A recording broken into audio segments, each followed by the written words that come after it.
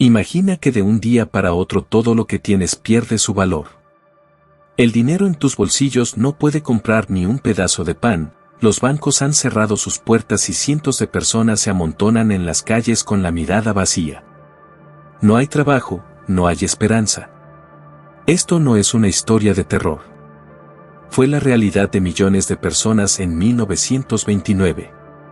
La Gran Depresión no solo fue la mayor crisis económica del siglo XX, sino un punto de quiebre en la historia mundial.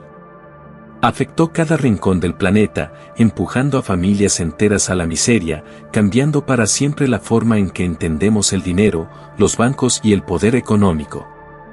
Durante décadas, nos han contado una historia sencilla, que todo empezó con el colapso de la Bolsa de Valores de Nueva York el Jueves Negro, aquel fatídico 24 de octubre de 1929. Pero, ¿fue realmente la caída de la bolsa la única causa?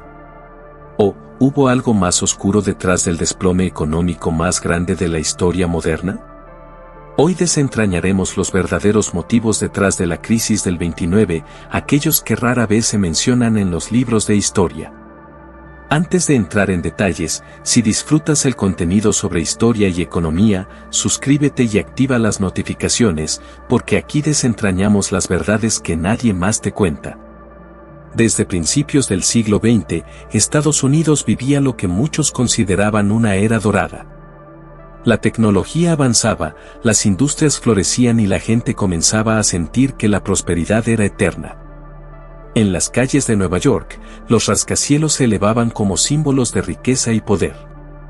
Los automóviles, las radios y el cine estaban al alcance de más personas que nunca. Pero detrás de esa fachada brillante, el sistema financiero estaba construido sobre una base extremadamente frágil. Durante los locos años 20, la especulación bursátil se convirtió en una fiebre incontrolable. Todos querían invertir en la bolsa, desde millonarios hasta ciudadanos comunes, porque se creía que el mercado solo podía subir. Los bancos, sin regulaciones estrictas, prestaban dinero a diestra y siniestra para comprar acciones. Pero estas acciones no estaban respaldadas por valor real, sino por expectativas infladas. El sistema financiero se convirtió en una bomba de tiempo, y nadie parecía notarlo, o peor aún, a nadie le importaba. Lo que muchos ignoran es que la caída de la bolsa no fue el inicio de la crisis, sino el síntoma de un mal mucho más profundo. La economía estadounidense ya estaba debilitada. La sobreproducción industrial había saturado el mercado, el crédito descontrolado inflaba una burbuja insostenible y la desigualdad social se hacía cada vez más evidente. Mientras algunos se enriquecían como nunca, millones de personas ya luchaban por sobrevivir en la sombra de la aparente prosperidad. La burbuja estaba destinada a estallar. El martes 29 de octubre de 1929, conocido como el Martes Negro, el pánico se apoderó de Wall Street. Los inversores se dieron cuenta de que el crecimiento de la bolsa no tenía fundamento, y todos intentaron vender sus acciones al mismo tiempo. Pero no había compradores. Los precios cayeron en picada.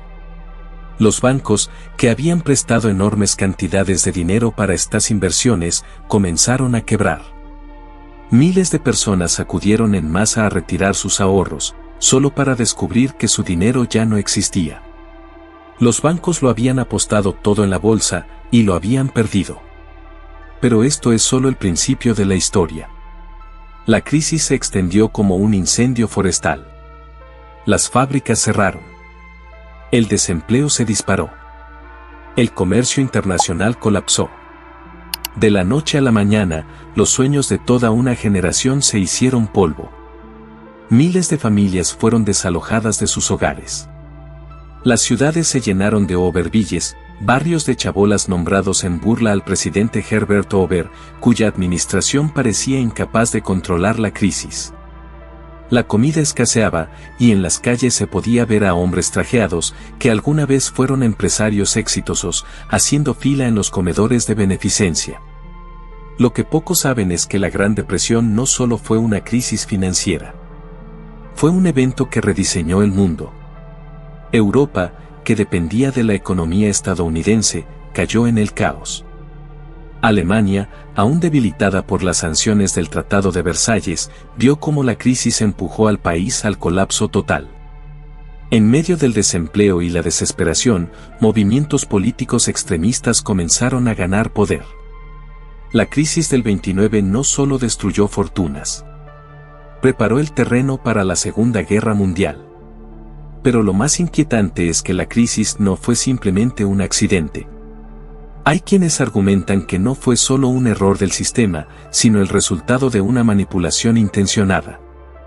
Algunos economistas e historiadores han señalado que ciertos grupos financieros aprovecharon el colapso para aumentar su control sobre la economía global. Mientras millones de personas lo perdían todo, unos pocos tomaban el control de activos a precios ridículamente bajos. Un dato perturbador: tras el colapso, el sistema financiero estadounidense cambió radicalmente. Los mismos bancos que habían contribuido al desastre fueron rescatados, mientras la gente común quedó en la ruina. La crisis permitió la centralización del poder económico en manos de unas pocas entidades. Y así, la historia nos enseña que las grandes crisis no solo destruyen economías, sino que moldean el futuro. Lo que ocurrió en 1929 no fue solo un error financiero, sino el punto de partida de una transformación económica y política que cambió el rumbo del siglo XX. Pero la gran pregunta es, ¿quién ganó realmente con esta crisis? Mientras la mayoría sufría, algunas élites financieras y grandes corporaciones aprovecharon la situación. Empresas quebradas fueron adquiridas por centavos, bancos absorbieron a sus competidores más pequeños, y quienes tenían información privilegiada lograron vender sus acciones antes del desplome. No fue un colapso caótico. Fue una reestructuración del poder.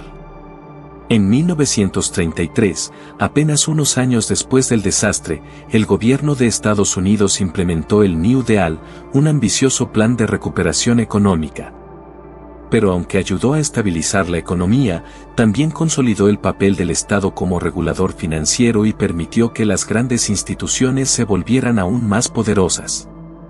Las reglas del juego cambiaron, pero no necesariamente en favor del ciudadano común. Hoy en día, las grandes crisis siguen funcionando bajo el mismo patrón. Un auge impulsado por el crédito, una burbuja especulativa, un colapso repentino y una reestructuración del sistema que termina beneficiando a unos pocos. La crisis de 2008 tuvo muchas similitudes con la de 1929. Bancos irresponsables, burbujas infladas artificialmente, y al final, la gente común fue quien pagó el precio.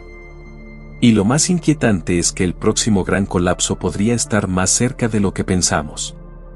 La historia nos ha demostrado que el sistema financiero global es una montaña rusa, y cada cierto tiempo, alguien mueve los hilos para provocar cambios masivos.